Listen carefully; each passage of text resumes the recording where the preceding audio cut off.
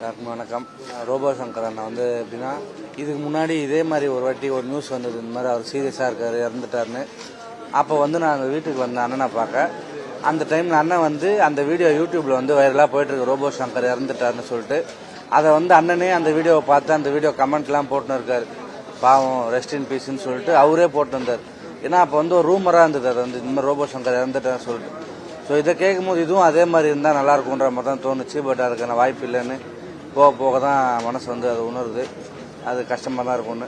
இன்னொன்று, நடுவில் எனக்கு ஒரு ஆப்ரேஷன் ஆச்சு, பிரெயின் ஸ்ட்ரோக். அப்போ அண்ணன் ஃபஸ்ட்டு நான் ஐசியூவில் இருக்கும்போது 2வது ஆளாக என்னை பார்த்தார். அவர் தான் ஐசியூலேயே. நான் அவர்கிட்டயே சொல்லி இந்த மாதிரி நான் ஃபஸ்ட்டு வாட்டி பிறக்கும் போது நான் முதல்ல பார்த்தது எங்கள் அம்மானா, 2வது வாட்டி எனக்கு ஆப்ரேஷனு 2வது வாட்டி பிறந்து பார்க்கும்போது நான் ரோபோ சங்கர் அண்ணனை தான் பார்த்தேன்.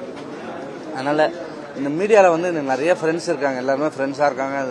சொந்தம்னு சொல்லி யாருமே கிடையாது, சொந்தமாக நான் யாரையுமே பார்க்கல, ரோபோ சங்கர் அண்ணனை தவிர்த்து. 2012 ஒரு ஷோ பண்ணும்போது அண்ணன் தான் ஆங்கராக இருந்தார். ஃபஸ்ட்டு மீடியாவில் இருக்க ஒரு ஆள் நான் ஃபேன் பான்னு சொன்னது ரோபோ சங்கர் அண்ணன் தான். அதனால அவர் ரொம்ப க்ளோஸ் எங்கள் ஃபேமிலிக்கு.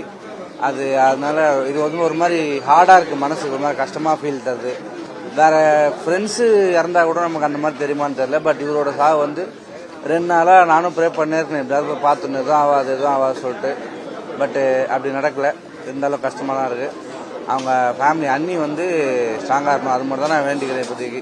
ஏன்னா திருப்பி இப்போ அண்ணன் நமக்கு வரப்போகிறது இல்லை. அதனால் அண்ணி ஸ்ட்ராங்காக இருக்கணும், பாப்பாவும் ஸ்ட்ராங்காக இருக்கணும்னு சொல்லிட்டு சாமிகிட்டலாம் வேண்டிக்கிறேன். ஒரு துயரமான செய்தி. என் பேர் பிரேம்நாத், நடிகர் தயாரிப்பாளர், தலைவர், தமிழ்நாடு மேடை நடன சங்கத்துடைய தலைவர்.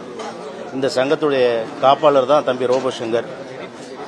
கிட்டத்தட்ட ஒரு 25 ஆண்டு காலத்துக்கு முன்பாக சென்னையில் முதல் நிகழ்ச்சி அந்த ரோபோ டான்ஸ் போட்டு பண்ண நிகழ்வு, அதுக்கு முதல் வாய்ப்பு கொடுத்தவர் நான் கோடம்பாக்கத்தில்.